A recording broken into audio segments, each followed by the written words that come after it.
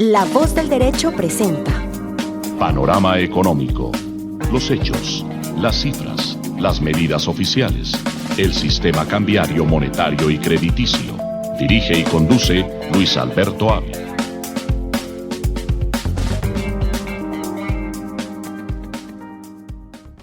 Muy buenas tardes, bienvenidos a Panorama Económico con la dirección general del doctor José Gregorio Hernández Galindo. Hoy vamos a estar en la mesa de trabajo María Jimena Charri, Alejandro Velandia, Óscar Lozano, Alberto Ávila, en el control máster el ingeniero de sonido Luis Daza. Iniciamos con nuestra sección internacional de Panorama Económico, analizando los temas que tienen que ver con América Latina. Para hoy hemos trabajado un análisis bien interesante con el profesor Óscar Lozano sobre los elementos fundamentales, la educación, la formación básica y el empleo en América Latina. Cómo impacta el tipo de educación, la calidad de educación y, desde luego, la pandemia, cómo ha influido en los temas de desempleo en América Latina. Profesor Lozano, buenas tardes, bienvenido a Panorama Económico. Muy buenas tardes a todos nuestros oyentes de Panorama Económico. Un saludo especial para el doctor José Gregorio Hernández Galindo, para mis queridos colegas que nos acompañan en la tarde de hoy, sobre lo que usted acaba de señalar, el tema de la educación en América Latina. Pues hoy hay una serie de cosas que vale la pena comentar, que son bastante preocupantes. El primer punto que podemos señalar es que la pandemia actual, el COVID-19, ha tenido un efecto negativo en escuelas, colegios y universidades. Pues desde el mes de marzo, como ustedes todos lo sabemos, lo estamos viviendo, se han cerrado las puertas y el proceso se ha venido continuando hasta el día de hoy de manera virtual para evitar los contagios masivos. Pero los confinamientos en todo el mundo, fíjense bien, ha conducido a que más de 1.600 millones de niños en el mundo, 1.600 millones de niños en el mundo no han podido volver a clases presenciales. Y hay datos más preocupantes, como que los de esos 1.600, 900 niños llegan a la edad de los 10 años sin saber leer un texto sencillo y también porque no han podido desarrollar sus habilidades claves para defenderse en una edad adulta. El Banco Mundial ha venido haciendo algunos estudios y dice que para el año 2021 la inversión general en educación en los países de ingresos bajos medios, como es el caso de Colombia y de América Latina, puede estar en promedio entre los 100.000 y los 150.000 millones de dólares.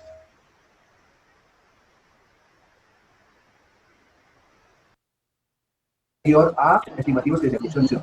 Algunos analistas consideran, académicos, dicen que el FMI, o sea, el Fondo Monetario Internacional, debe emitir 1.2 billones de dólares en derechos especiales de giro, o sea, en los DEC, y canalizar estos recursos a las naciones que más los necesitan. En Colombia, más exactamente, se calcula que 1 millón de jóvenes han tenido que abandonar la educación superior y los programas de capacitación técnica por razones financieras. Cuando hablamos de razones financieras, nos referimos exactamente a la escasez de ingresos, a la falta de empleo, a la situación de pobreza y de miseria. El desempleo juvenil en América Latina, un tema importante, es preocupante. Se ha venido aumentando constantemente antes y después de la pandemia. La proporción de jóvenes sin educación y empleo supera, según un informe de la CEPAL también, el 20% en toda la región. Los desempleados, óigase bien, en América Latina pueden aumentar a un número promedio entre 40, 41 a 44 millones de personas. Y esto a finales de este año, comparando los 26 millones que teníamos antes de la pandemia, es decir, entre las finales del año pasado o el año anterior y el 2020. Los gobiernos de la región gastan en promedio apenas el 1% del Producto Interno Bruto en educación superior. Si los estudiantes no completan sus estudios, la sociedad parte de que esa inversión se está perdiendo y se debe aumentar la inversión en programas tecnológicos para generar habilidades en este sentido.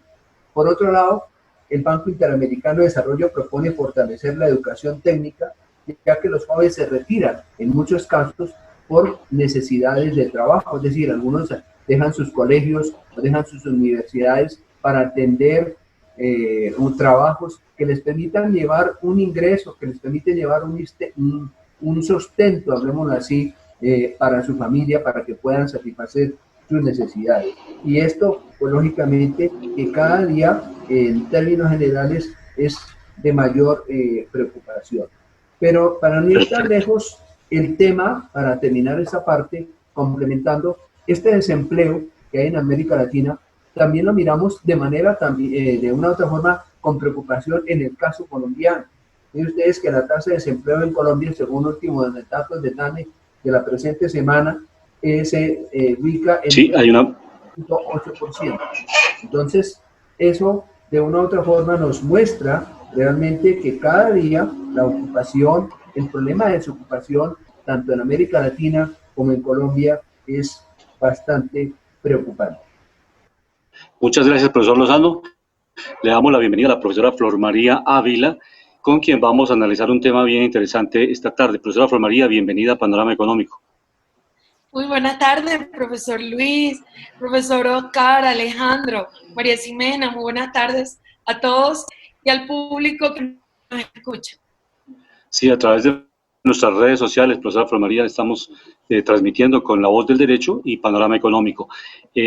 Pues en Venezuela es preocupante la situación porque naturalmente ha tomado unas medidas el presidente Maduro de liberar unos presos políticos y pues esto ha generado unos cambios en la ecuación de este país. Desde luego económicamente Venezuela sigue en una tremenda crisis social, una tremenda crisis económica, pero ¿cuál es el panorama que usted puede analizar, profesora Flor María, en su calidad de académica y desde luego con su tradición de Venezuela? ¿Cómo puede verse el panorama social y económico de Venezuela en este contexto? Estas medidas que ha tomado y ya, pues desde luego la oposición está resquebrajada, se está dividiendo precisamente por las medidas que toma el presidente Maduro, que aparentemente es un mensaje como de reapertura democrática.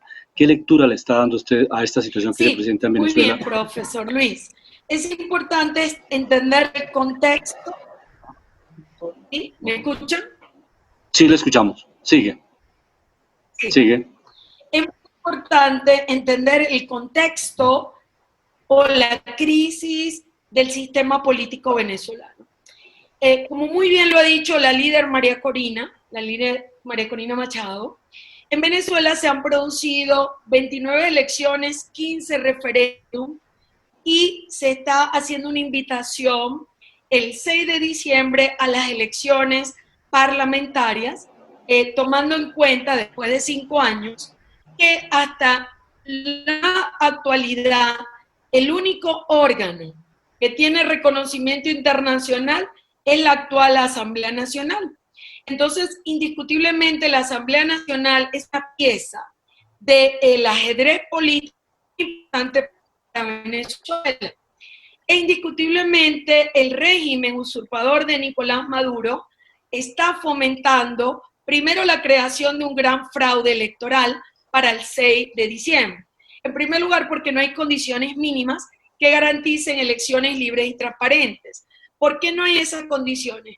Primero, no está prevista la participación y observación de la comunidad internacional, la composición del actual Consejo Nacional Electoral, que son 5 rectores que tienen la afiliación política con el régimen de Nicolás Maduro y fueron elegidos por el actual Tribunal Supremo de Justicia. Entonces, indiscutiblemente, frente a esto, los líderes de la oposición política, llamados G4, ha dicho no vamos a elecciones. Esto es un fraude electoral. Aparentemente hay una negociación por debajo de la mesa de Enrique Capriles, el fundador de Primero Justicia, donde conjuntamente con Claudio Fermín, Felipe Mujica y Stalin González, que son miembros de otros partidos políticos como de Nuevo Tiempo, donde ellos ya negociaron con Nicolás Maduro para que a cambio de participar, es decir, esta parte de la oposición llamar a elecciones y participar como candidatos a diputados, Maduro diera la libertad de estos 110 perseguidos políticos. Es decir, Maduro liberó 110 perseguidos políticos, 27 diputados, y vemos que hay una manipulación política de los presos políticos, que todos sabemos son presos de conciencia. Es decir, lo que indigna de toda esta situación, mi querido profesor y amigos de La Voz del Derecho, es en primer lugar que sean utilizados los presos políticos. Ningún ser humano tiene que ser objeto de manipulación política. En primer lugar, lo vemos del propio régimen, porque todos sabemos cómo ya ha actuado el régimen de Nicolás Maduro. Es decir, cuando Nicolás Maduro se propone una estrategia política, por ejemplo, ahorita fraudulenta, ¿qué ha hecho él en el pasado? Encarcelar presos políticos para luego negociar.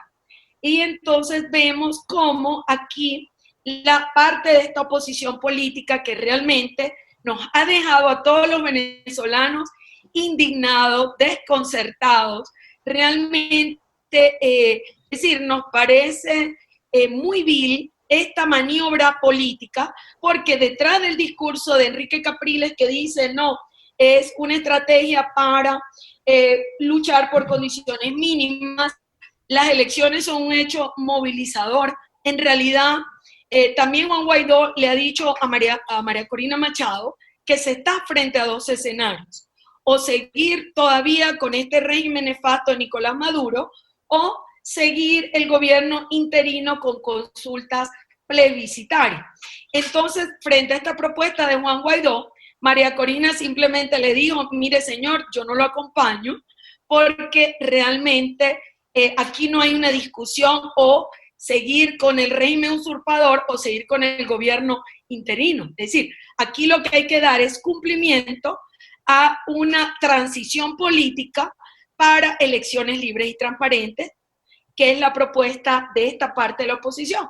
Entonces realmente vemos una oposición en tres zonas.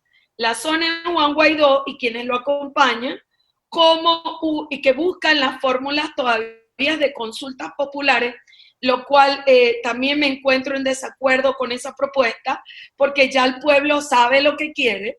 En segundo lugar, la oposición de Enrique Capriles, que es una negociación ya clara, transparente con Maduro, que es hacer parte de su farsa electoral, y luego la otra propuesta de María Corina Machado, que ella la llama Operación de Paz y Estabilización Política.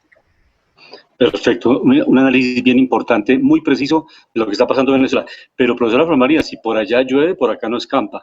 Realmente la democracia liberal en América Latina está en riesgo, porque en muchos países, y especialmente en Colombia, de manera objetiva, las tres entidades de control, la Contraloría, la Procuraduría, la Fiscalía, la ha tomado el gobierno nacional. Entonces, en la medida que el Ejecutivo coopta, controla las entidades de control, es difícil mantener una democracia real, una democracia política, económica, que le permita a los poderes tener la separación respectiva. Entonces, esa referencia es muy riesgosa en América Latina y especialmente en esta pandemia que tiene dos opciones: o se fomenta, se profundiza la democracia, o los poderes económicos terminan, desde luego, dominando la sociedad en su conjunto, y es difícil que los estados retomen esa soberanía. Y para hablar de estos indicadores económicos, de cómo está la sociedad en general, Alejandro Velandia, buenas tardes, bienvenido a Panorama Económico. ¿Cómo se comporta esta semana? Porque realmente el miércoles, ayer, por ejemplo, tuvimos unos descensos importantes en el nivel de las cotizaciones y algunos elementos importantes. ¿Por qué Nasdaq está subiendo? ¿Por qué Nasdaq también ha presentado unas caídas? El principal factor que se está dando, algunos comentaristas han adjudicado que cuando hay una mejoría en el empleo en los Estados Unidos, cuando ya las solicitudes de subsidio al desempleo en los Estados Unidos no siguen creciendo, los indicadores de Wall Street empiezan a mejorar. ¿Hay una relación en este sentido, Alejandro? Muy buenas tardes a todo mi equipo de trabajo, mis estimados doctores Luis Alberto Ávila, Oscar Lozano, María Jimena Charri, nuestra invitada del día de hoy, Flor María, y nuestro director José Gregorio Hernández Galindo. Por supuesto, nuestros oyentes, que son lo más importante, ¿no? Pues para eso estamos acá, para comentarles precisamente desde unos ángulos opuestos, pero pues que ayudan a crear una mejor idea en el análisis y el consenso de lo que sucede. Precisamente estábamos mirando hoy, a excepción de unas semanas que hemos tenido al alza, hoy estamos teniendo unas caídas en el mercado muy fuertes en la Bolsa de Nueva York, en sus tres principales indicadores. El Dow Jones lo vemos bajando fuertemente, el menos 3.12%, está cerrando en los 28.192 puntos. Recordemos que el Dow Jones agrupa las industriales del mercado.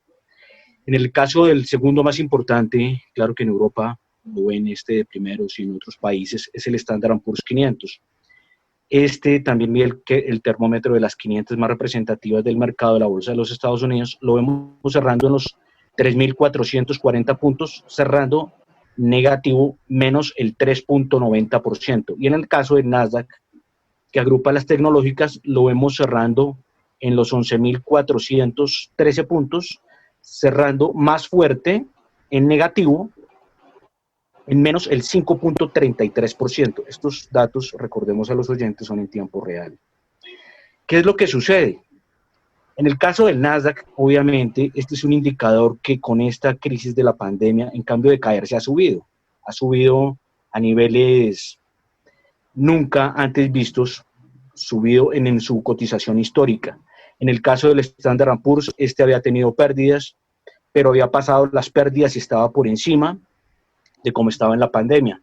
Y en el caso del Dow Jones se venía recuperando, en esta semana estaba tocando los 29.000 puntos, de los 29 a los 30.000 puntos, que fue el indicador que tuvo antes de comenzar la crisis. ¿Qué podemos ver en el consenso? Pues en el lado de las tecnológicas, pues obviamente ha subido mucho y tiende a tener sus descuentos, que es tener sus descuentos y tener corrección en el mercado. Cuando una acción ha subido mucho y muchos van a compre, pues obviamente los que compraron al principio tratan de vender para sacar una utilidad y eso es lo que hace caer una acción. Eso por un lado. Por otro lado son los fundamentales del mercado que salen mixtos y algunos también están haciendo caer este mercado fuertemente el día de hoy. ¿Qué es lo que podemos mirar en los fundamentales de mediano y de largo plazo? Que Estados Unidos, lo comentaba, en cabeza de Donald Trump, está teniendo unas políticas que son positivas, contracíclicas, antes de que se cayera el mercado por temas de la pandemia. ¿Qué cosas son las fundamentales que dan fuerza a la economía de los sectores? Estados Unidos sentó a los socios comerciales para rebalancear el comercio bilateral con el cual Estados Unidos tenía déficit. Estados Unidos, recordemos, tiene déficit con las principales economías del mundo. Esto lo arregló y generó un balance y nuevos acuerdos. Por el otro lado, el bajar los impuestos a las empresas, ¿qué favorece? ¿Cuál es ese ciclo productivo?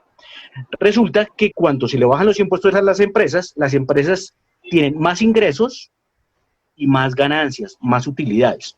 Como tienen más utilidades, su cotización en el mercado sube.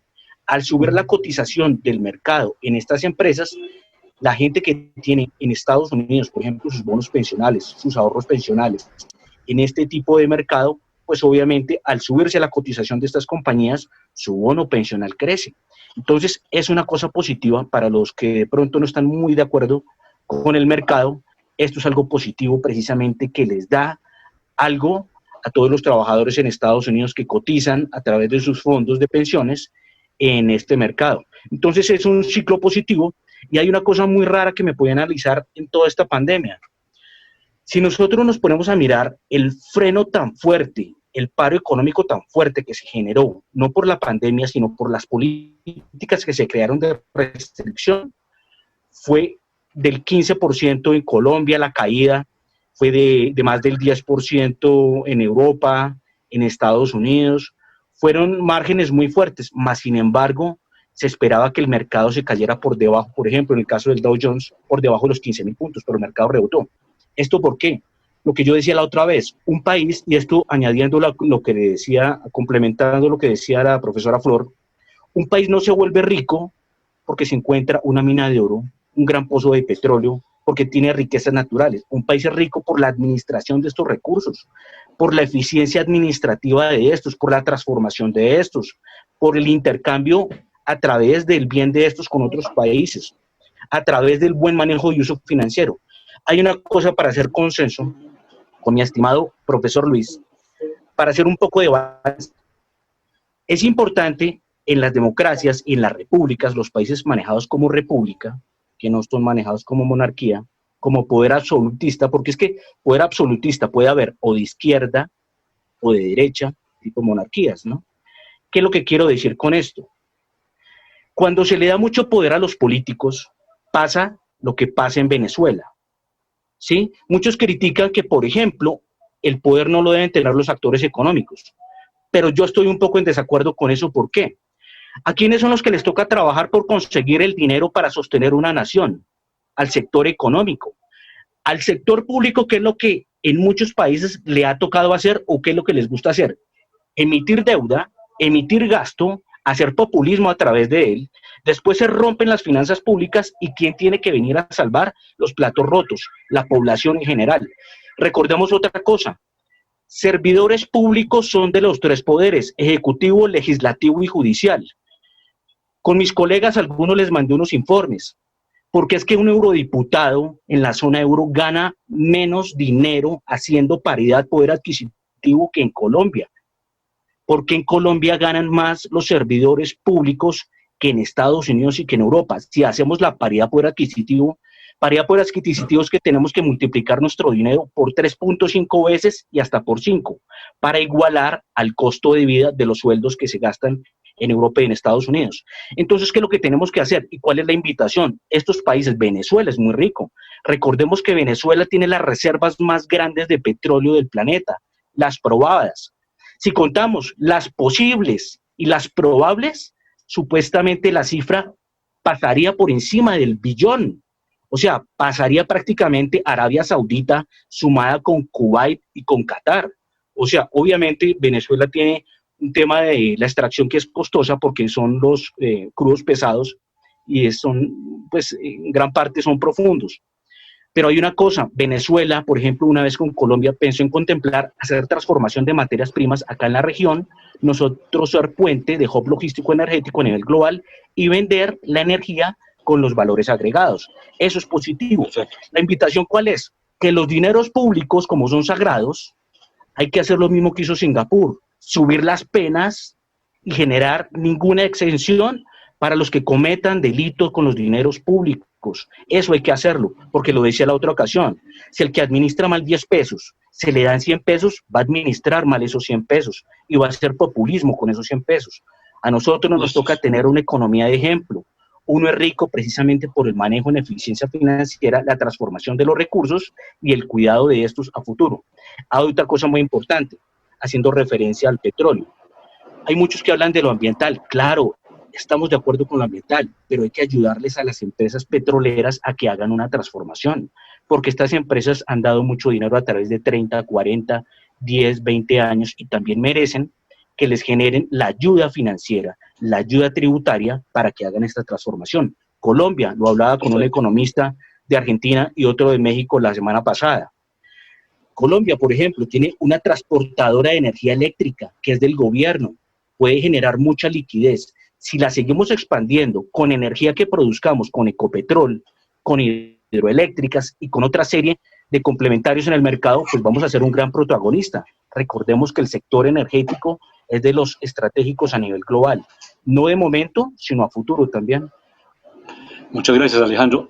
María Jimena, buenas tardes, bienvenida a Panorama Económico. ¿Tiene algunas inquietudes para la profesora Flor María? Sí, buenas tardes para todos nuestros oyentes, para el doctor José Gregorio, para nuestro equipo, muy buenas tardes. Profesora Flor María, muy buenas tardes.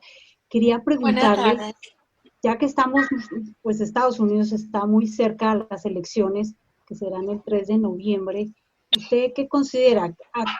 ¿Cuál es el candidato que le conviene, entre comillas, que gane a Venezuela? ¿Joe Biden o la reelección de Trump? ¿Qué puede ser más beneficioso teniendo en cuenta el contexto actual?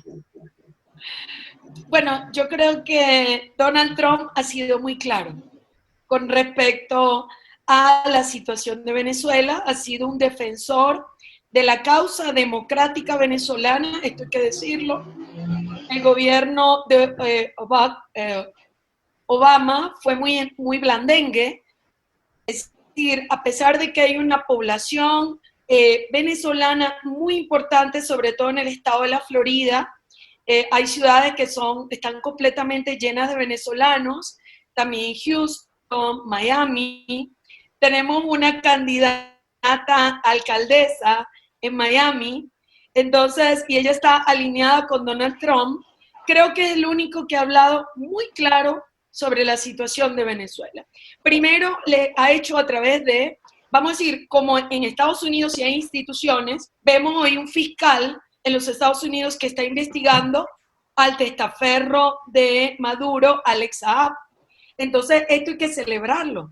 Es decir, lo que a mí me duele de Latinoamérica es que muchos estados han sido cómplices con la dictadura. México, por ejemplo, es cómplice de la dictadura de Nicolás Maduro, que inclusive ya María Corina ni siquiera habla de dictadura, sino de estado criminal, porque se combina por un lado el crimen organizado y por el otro lado el terrorismo internacional.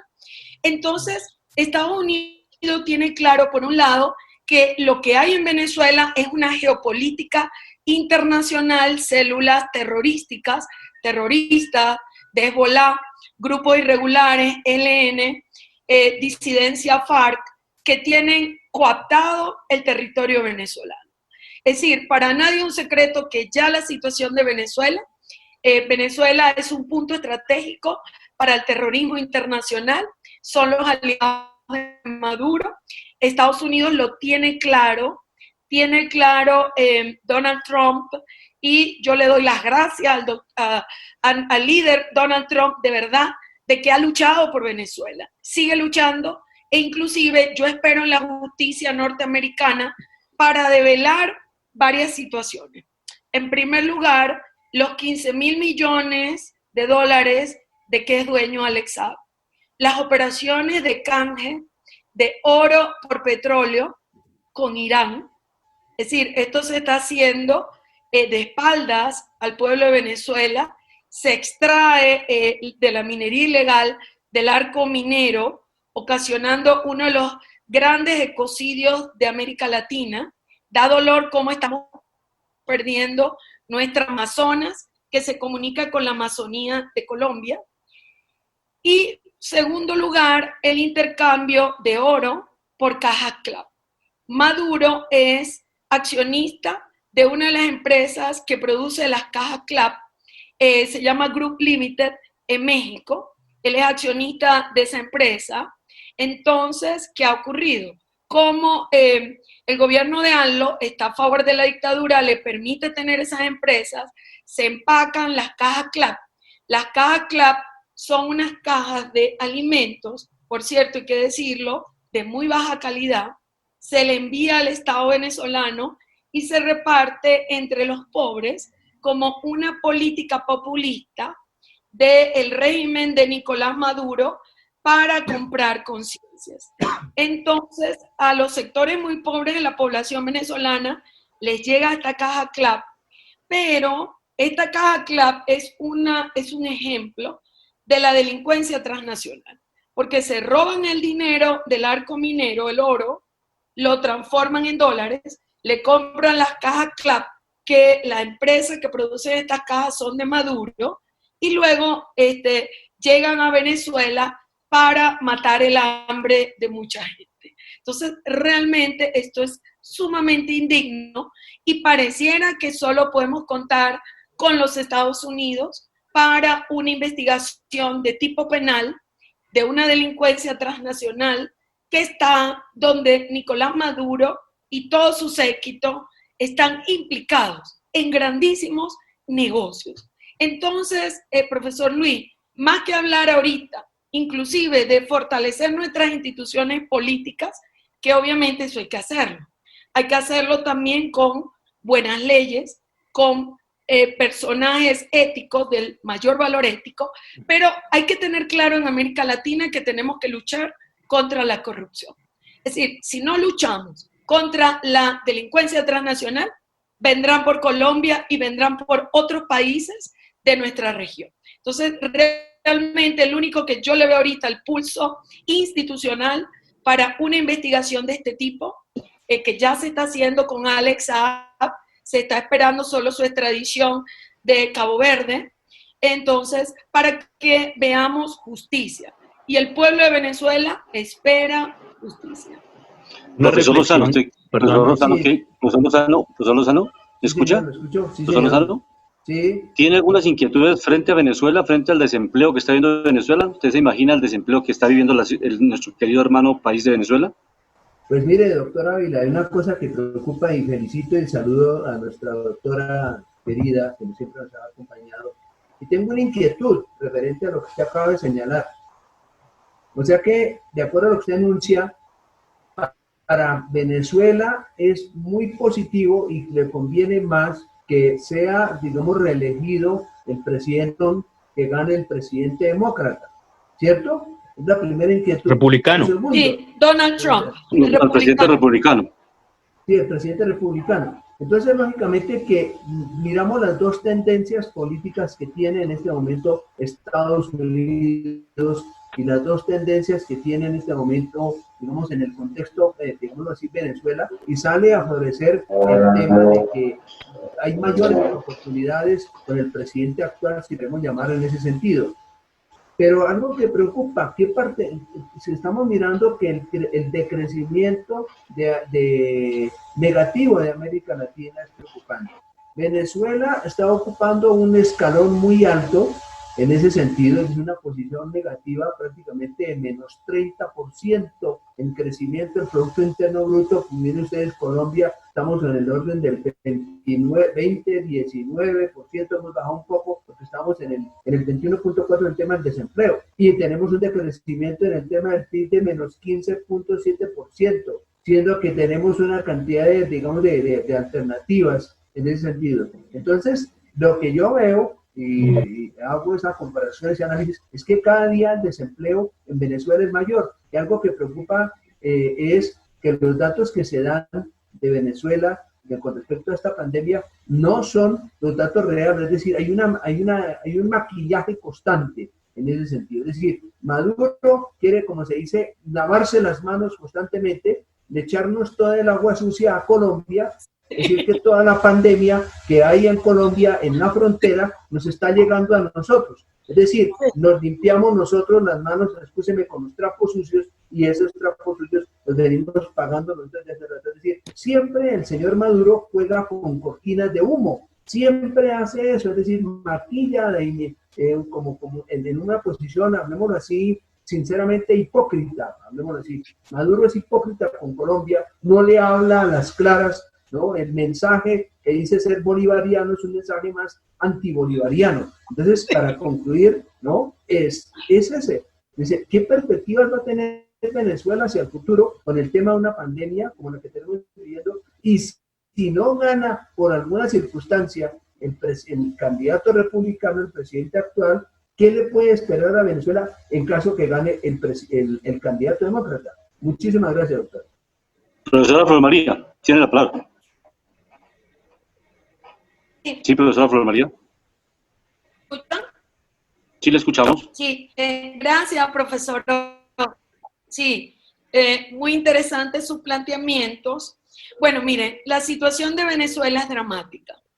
Esto es muy importante porque estamos hablando de 26 millones de personas donde más del 90% está en una economía de subsistencia. Es decir, ahorita también por la subida del dólar en Venezuela, el aumento de los precios, para nadie es un secreto que todos los días suben los precios. En Venezuela no hay control de precios. Es decir, hoy el tomate puede tener un precio y mañana tener otro. No hay entes de control. Es más, hoy me llamaron para ayudar a un colombiano a apostillar su título desde Venezuela porque le están cobrando $1,000. O sea, 3 millones de pesos. Y yo le dije que mientras una apostilla en Colombia vale 35,000 pesos, es decir, $10, en Venezuela una apostilla cuesta $150. Es decir, ¿por qué viene esto? Porque no hay controles, no hay cambios. Y muchos venezolanos, también hay que decirlo con pena, se han aprovechado de esta situación. Entonces, una apostilla, un documento en una notaría, un divorcio, un documento legal, apenas se están abriendo ahorita las notarías y los registros, están por el orden de $150, $200, todo está dolarizado, la economía está dolarizada, e indiscutiblemente hay una situación de una inflación interna también hay que decir que Maduro, yo diría que Maduro, más que ser hipócrita, él trata de ser astuto políticamente. ¿En qué sentido? Por ejemplo, con los pobres inmigrantes, que son los llamados retornados voluntarios, que son todas esas familias venezolanas que no tuvieron acomodo ni en Colombia ni en Ecuador, por ejemplo, que se han tenido que ir a frontera, llegar a refugios. De los refugios son introducidos en hospitales y, por cierto, Maduro quería utilizar las iglesias también, en hoteles. Los han introducido allí sin darles condiciones mínimas, los han hacinado, no les dan alimentos, porque, según Maduro, somos los migrantes armas biológicas. Entonces, obviamente, todo esto forma parte de ese lenguaje que utiliza Maduro, de ese lenguaje dirigido a humillar al pueblo de Venezuela. Y obviamente siempre también que puede, pretende humillar al gobierno de Colombia. Entonces, realmente yo quiero también por acá denunciar la violación de los derechos humanos de toda esta población migrante que llega a Venezuela y es hacinada. Es decir, prácticamente que la someten a secuestro. Con respecto a el COVID y la situación de Venezuela, no hay cifras. Nuestros médicos están desprotegidos, nuestros alumnos, los estudiantes en Venezuela, muchos han quedado sin educación. Realmente yo veo en Venezuela una bomba de tiempo. Es más, hay autores que hablan, el doctor Mauricio, en un reciente congreso internacional que organizamos, Mauricio Reyes de la Universidad Nacional dijo, para reconstruir a Venezuela vamos a necesitar una década, como mínimo. Es decir, de los 2 millones de venezolanos que estamos en Colombia, al menos 10 años tendremos que estar, pero no solamente eso, sino que él dice que una vez que se abra la frontera, puede haber un rebote. Es decir, que por la propia crisis que hoy hay en Venezuela, esas personas se vean forzadas a salir y ahora sea peor que después de la pandemia. Es decir, lo que estamos viendo frente a Venezuela, repito, es muy grave. Creo que esta situación de la oposición política no ayuda. Realmente necesitamos un norte político, porque mientras siga este régimen opresor, no hay estímulos para las empresas, no hay nuevos negocios. Yo creo que gran parte de Venezuela se ha mantenido adelante, por un lado, gracias a las remesas familiares, y en segundo lugar, de todo lo que estamos en el exterior. Y en segundo lugar también por los medios tecnológicos. Es decir, todavía hay empresas en Venezuela que subsisten gracias a las TIC y gracias también a que tienen operaciones en otros países. Gracias, doctora María. Jimena, ¿cómo ve el panorama realmente, cómo se está viendo en Colombia, sobre todo en la ciudad de Bogotá, porque también Bogotá registra una tasa de desempleo tan alta? Estamos llegando al 26%, profesora Flor María. O sea, la pandemia está generando una situación difícil para la juventud, especialmente, que es la que tiene la mayor tasa de desempleo. Y por eso en Bogotá se ha planteado la necesidad de un plan Marshall. María Jimena, ¿qué elementos fundamentales se pueden tener en cuenta en Venezuela y en Colombia en esta materia?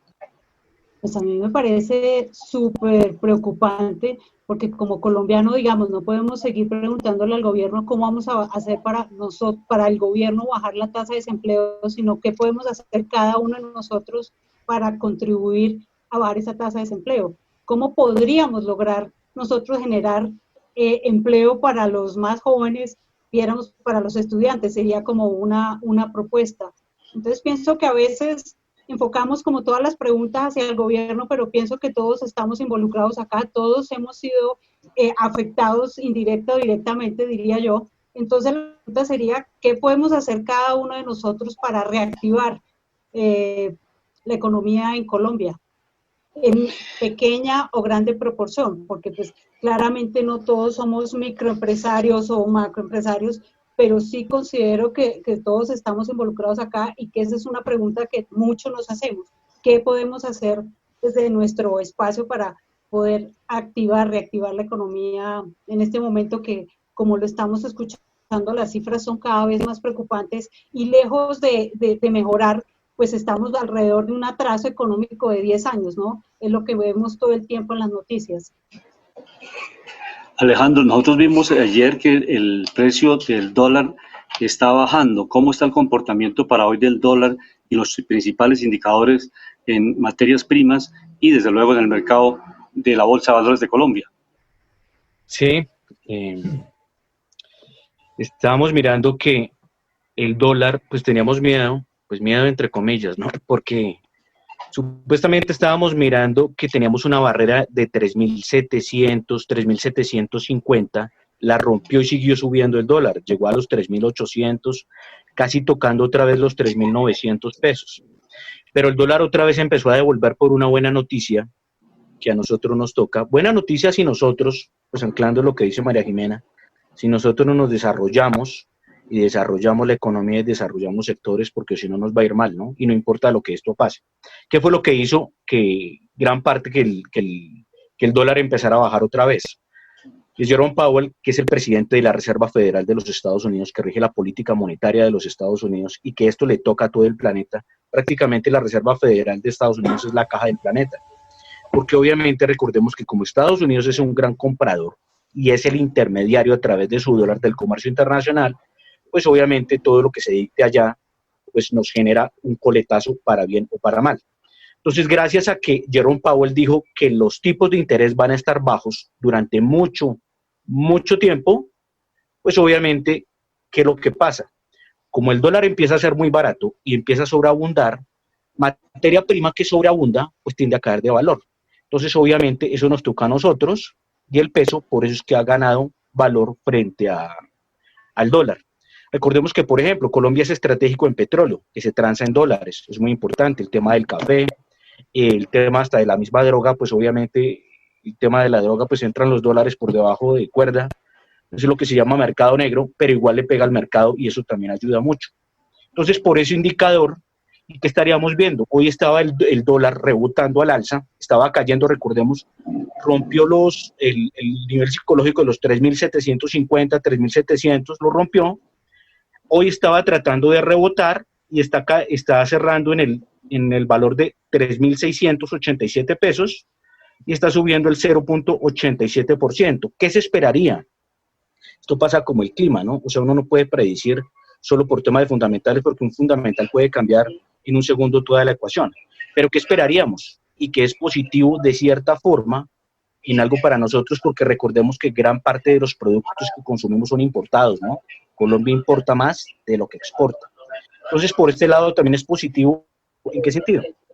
Que pues vamos a tener maquinaria de pronto un poco más barata si vemos que esta tendencia pues, sigue a la baja. Esto en referencia a que la política monetaria de Estados Unidos sigue siendo expansiva y mantiene los tipos de interés en el 0 y menos 0.25%. Entonces, prácticamente Estados Unidos lo que está haciendo es prácticamente ya casi que regalando el dinero, no le está cobrando un interés y a algunos les está cobrando menos de lo que les presta, que es el 0.25% negativo. Entonces, ¿qué podemos estar esperando?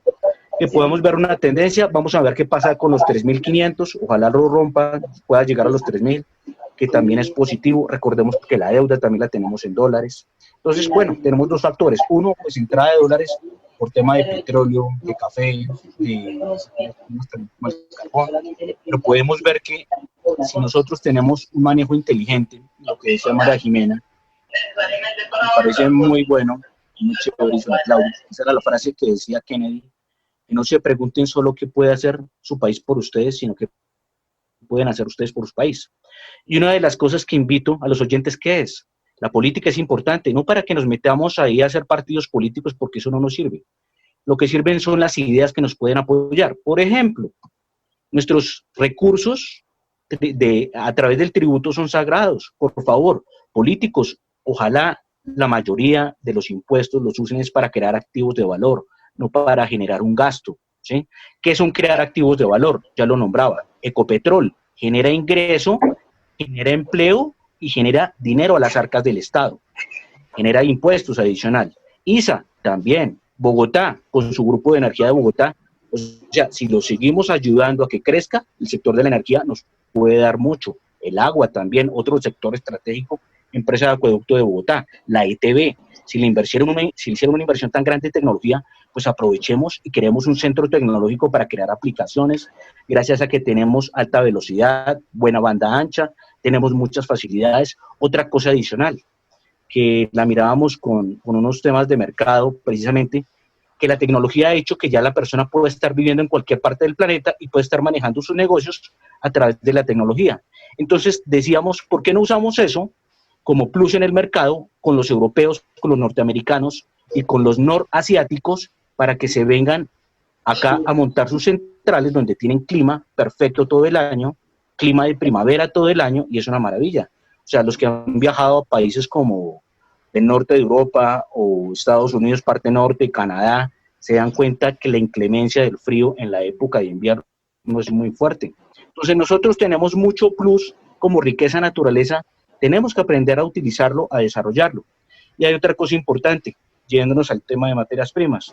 Recordemos que el oro llegó a tocar los $2.000 y se está devolviendo un poco, está cerrando en los 1.937 pesos la onza, y está cerrando hoy negativo en el mercado el menos 0.39%. En el caso de la plata, también está cayendo el día de hoy en menos el 2.56%, cerrando en los $26.70. Recordemos que estos dos son refugios a nivel de capitales y a nivel de inversiones. En una crisis muy fuerte, recordemos, si la crisis llega a ser muy fuerte, hasta una moneda puede sufrir, puede colapsar y puede desaparecer. Pero estos metales son los refugios por excelencia a nivel histórico para proteger los capitales, si en algún momento se llegan a ver en una crisis muy fuerte. Y después, o sea, en un caso hipotético, estudiando crisis, ¿cuál será la última etapa? Ya viene a valer es los recursos esenciales, como el agua y los alimentos. Eso ya en el último caso, donde la crisis haya llegado a ser más fuerte, porque es que hay que tener en cuenta, las crisis son atípicas y todas las crisis son distintas. Esta crisis se favoreció la tecnología, pero ¿qué pasaría en un escenario donde la tecnología no sirva o no funcione porque hubo un virus a nivel mundial o porque hubo una bomba nuclear y el pulso electromagnético acabó con muchas redes de electricidad o de energía? ¿Qué puede pasar? Entonces ya nos toca es prepararnos precisamente siempre en esenciales. Las crisis son buenas e importantes, ¿por qué? Porque nos dejan enseñanzas y moralejas. Esta fue una crisis atípica donde han tenido repuntes muchas cosas, donde el mercado se ha reposicionado y empresas como Amazon, precisamente, que es una empresa ya multisector. ¿Qué quiero decir multisector? Que ya está metida en varios sectores de la economía.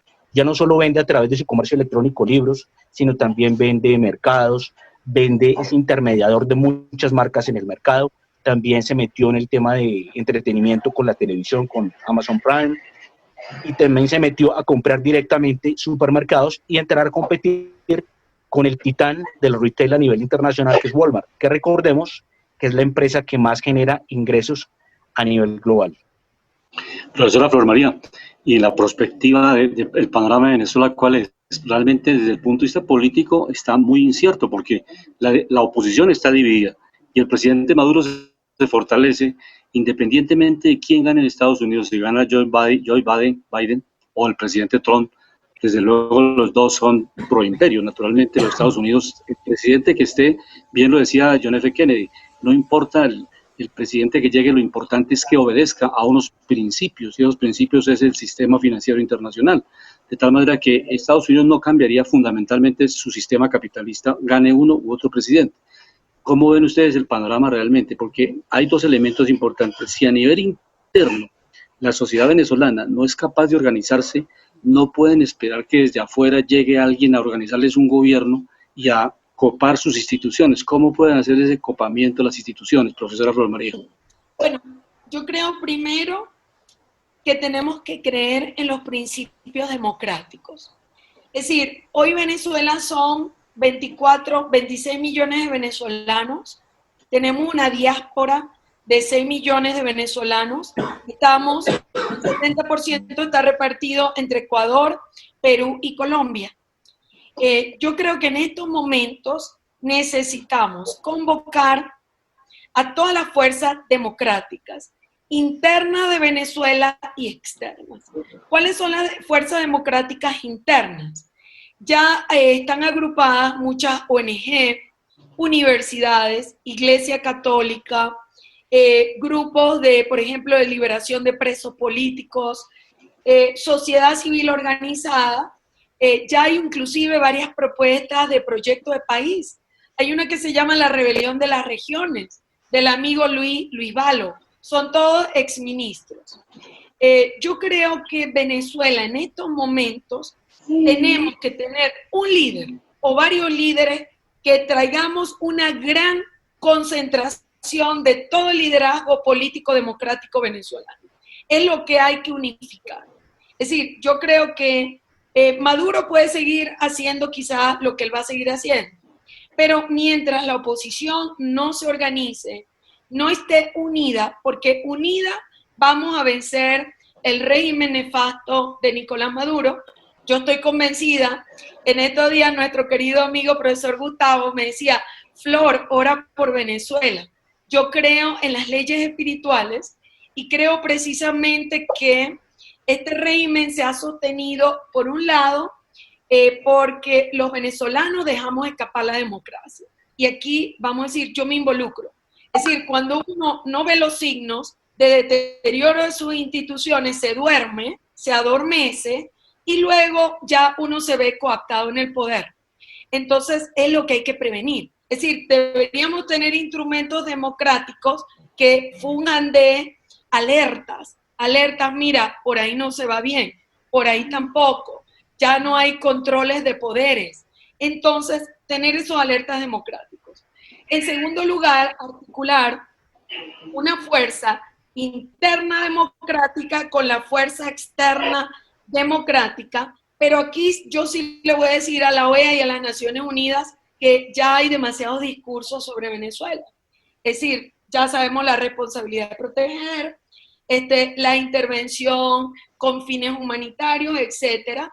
Es decir, yo creo también en la Corte Penal Internacional que salga pronto el veredicto de la culpabilidad y la responsabilidad internacional por crímenes de lesa humanidad de Nicolás Maduro. Es decir, la justicia internacional está esperando, debe dar una respuesta, debemos exigir esa respuesta como sociedad y como sociedad también tenemos que preparar a la nueva Venezuela. Yo creo, mire, los venezolanos no nos podemos quedar dormidos. Es decir, desde ya tenemos que seguir las estrategias de lucha contra la tiranía, seguir la lucha, pero repito, tenemos que unificarnos todos. María Corina, Guaidó, Enrique Capriles, dejar los odios, hay que olvidarse del pasado. Ya el agua derramada no se puede recoger. Y creo que un momento de grandes crisis es el momento también de los grandes hombres y de los grandes hombres de la política. O mujeres. Sí, hay que hacer un examen a fondo y la reconstrucción democrática de la hermana República de Venezuela, que con tantos recursos, como lo hemos expresado, tantos recursos naturales, tiene un gran potencial y debe reconstruir su sistema democrático. María Jimena. Sí, María Jimena. Lo siguiente, sí, estaba con el audio inactivo.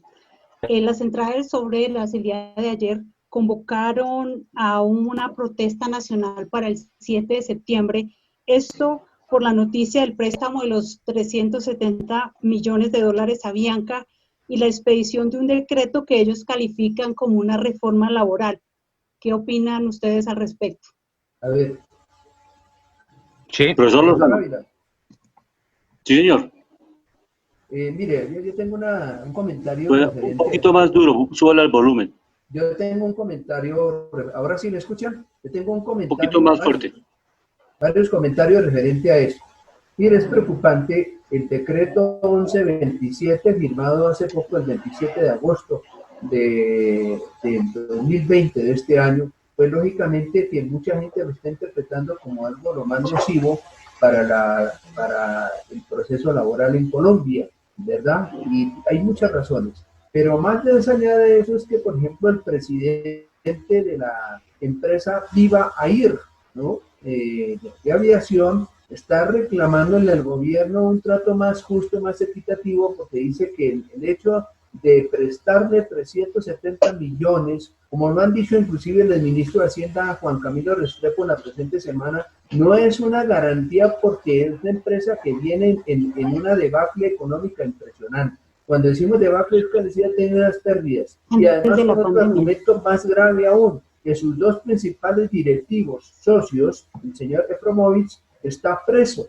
por factores de corrupción, por situaciones de corrupción. Entonces, lógicamente que es una duda de que es capital colombiano que se pone en riesgo muy grande. Es bueno prestar plata, es bueno sacar las empresas colombianas adelante, yo no me aparto de eso, pero en una circunstancia en la que está viviendo el país, cuando se le dan migajas a algunos sectores de la población, apenas se dan 160.000 pesos y sí se otorgan 370 millones de pesos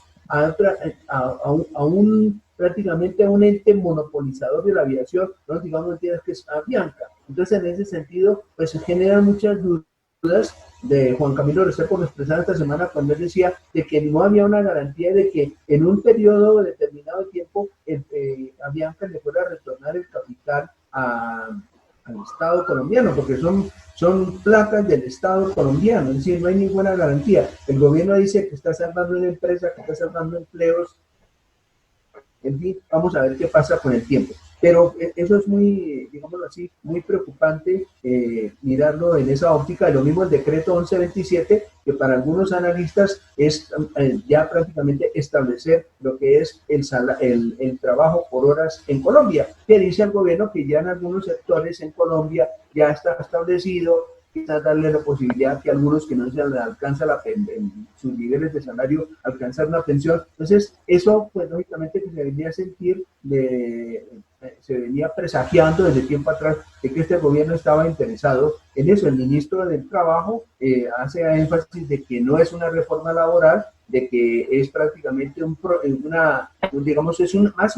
más que ser una reforma, es una ayuda que quiere dar el gobierno a los sectores menos favorecidos que no tienen cómo llegar a unos niveles de pensión. Entiendo yo así. Y por último, algo que me preocupa, miren ustedes hablando, cuando el doctor Velandi habla de todos estos indicadores, de todas estas empresas de tecnología, como el caso de Amazon. Les doy un dato, la fortuna del señor Jeff Bezos recoge o abarca el 75% del PIB en Colombia.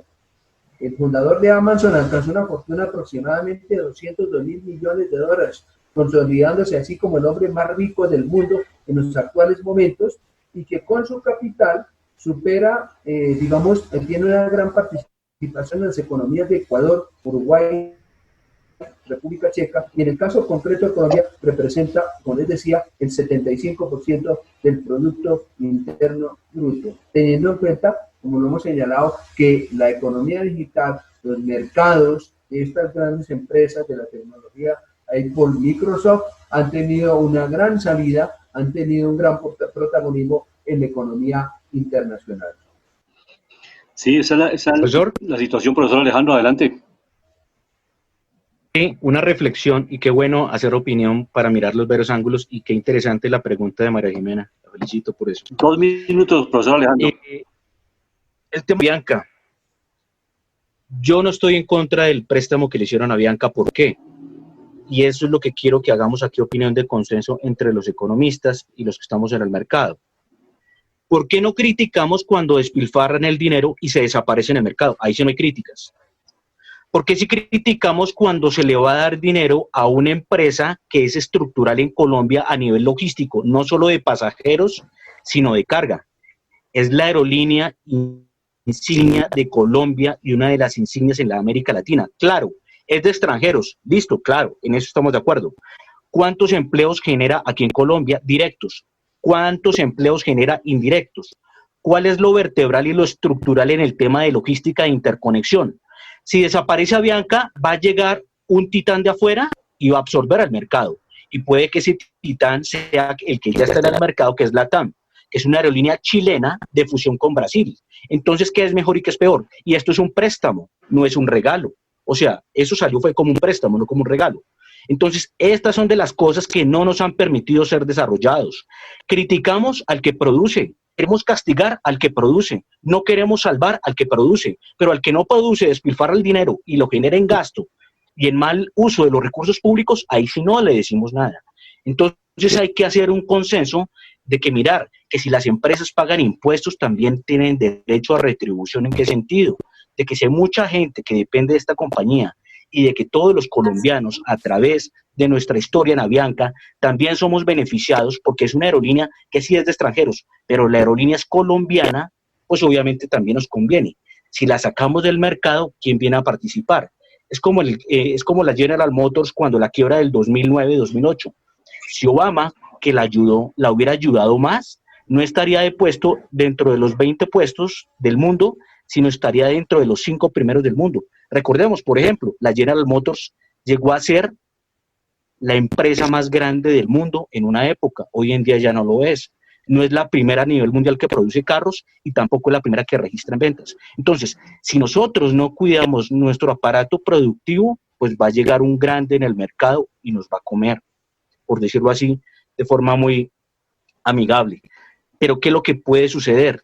Que si nosotros nos cambiamos esas ideas, es que le tenemos que dar duro al que produce y ayudar al que no produce, eso no nos va a llevar al desarrollo y precisamente nos va a tocar copiar el modelo como Venezuela, porque nos estamos pareciendo a Venezuela. No por nada estamos importando más de lo que exportamos. Un feliz día para todos. Qué chévere compartir estos temas con ustedes porque, o sea, no hay cosa más interesante que mirar todo desde los distintos ángulos para poder sacar la mejor idea en el complemento de estos. Muchas gracias. Ok, Alejandro, sí, las dos preguntas de María Jimena tienen que ver con el piso mínimo que en el decreto 1174 estableció el gobierno nacional. Y el paro nacional que se va a realizar es justamente por eso, porque si bien es cierto que hay 11 millones de personas, cerca de 12 millones de trabajadores informales que no tienen derecho a los beneficios generales de la seguridad social, pues no se trata que con solamente el 15% de que trabaje por horas se va a generar y acumular la pensión necesaria. O sea, además, esos son aportes que hacen o las empresas o los trabajadores. Y esa es la discusión que ha habido eternamente, si el gobierno debe intervenir en unos recursos que aportan trabajadores y empresarios. Entonces, este paro que va a hacer las centrales obreras próximamente tiene que ver con eso, que justamente se está pauperizando, no se está mejorando las condiciones de los trabajadores, porque por esta vía empresarios empezarán a liquidar trabajadores que tienen formalmente y a contratarlos por horas y a hacer un desmejoramiento. Naturalmente que el ministro de Trabajo no reconoce esto, pero en la práctica, ante un mercado laboral tan difícil como estamos viviendo en la pandemia, se presta para que muchos empresarios abusen de su poder dominante y no vinculen a la gente con la seguridad social, con todas las características integrales del mercado laboral formal, y toman este decreto 1174, que para muchos analistas es una reforma laboral. Y el otro tema que tiene que ver con Avianca, pues tiene todos los elementos, el que acaba de comentar Alejandro, pero si bien es cierto, no hay las suficientes garantías, solamente con el respaldo en millas, o sea, lo que las aerolíneas venden y que en muchas ocasiones los compran los bancos, eso se convierte en derivados. Realmente la compañía no tiene el respaldo suficiente y sus recursos están en Panamá, están en un paraíso fiscal, no son recursos que estén centro financiero colombiano, de tal manera que eso pues naturalmente tiene dos lecturas, una que podía ir al mercado financiero internacional Avianca y conseguir los recursos y estos 370 millones de dólares priorizarlos para inversiones de manera estratégica que requiere el país y desde luego las otras aerolíneas también lo están reclamando, porque las aerolíneas como Satena, por ejemplo, que es una empresa nacional, también está reclamando que requiere un repotenciamiento de todos los aviones que en este momento no están siendo repotenciados. Este es un análisis que requiere muchos elementos de fondo para mirar si realmente va a haber las garantías suficientes en ese crédito, si solamente con la proyección de ingresos y solamente con las millas, que es una oferta que ellos hacen siempre en el mercado secundario, se garantiza el pago del crédito, porque la pandemia no está garantizando cuál es el nivel de demanda que va a tener la aerolínea en los próximos años, porque depende de los rebrotes y de los cierres que tengamos que hacer si la pandemia sigue avanzando.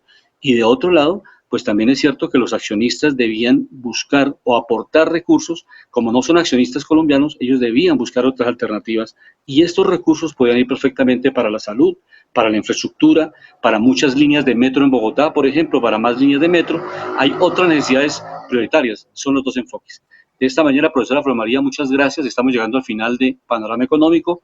Me place saludarla y desearle que siga en esa batalla la defensa de los derechos humanos como muy buena investigadora en este tema y defensora a nivel internacional. Profesora Flor María, muchas gracias. Muchísimas gracias a usted, profesor Luis, Alejandro, profesor Oscar, María Ximena. Gracias a todos. Gracias también por darle una oportunidad también a la voz de la comunidad venezolana acá en Bogotá, Colombia.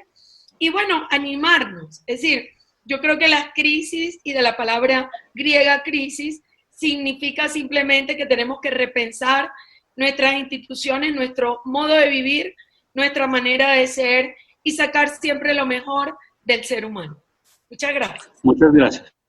Llegamos al final de Panorama Económico con la dirección general del doctor José Gregorio Hernández Galindo. En la mesa de trabajo les acompañamos a Alejandro Velandia, María Ximena Charri, Óscar Lozano, Alberto Ávila, hoy nuestra invitada especial, la profesora Flor María Ávila, y en el control máster el ingeniero de sonido Luis Daza. Muy buena tarde para todas y para todos. La Voz del Derecho presentó Panorama Económico. Los hechos, las cifras, las medidas oficiales, el sistema cambiario, monetario y crediticio. Dirige y conduce Luis Alberto Ávila.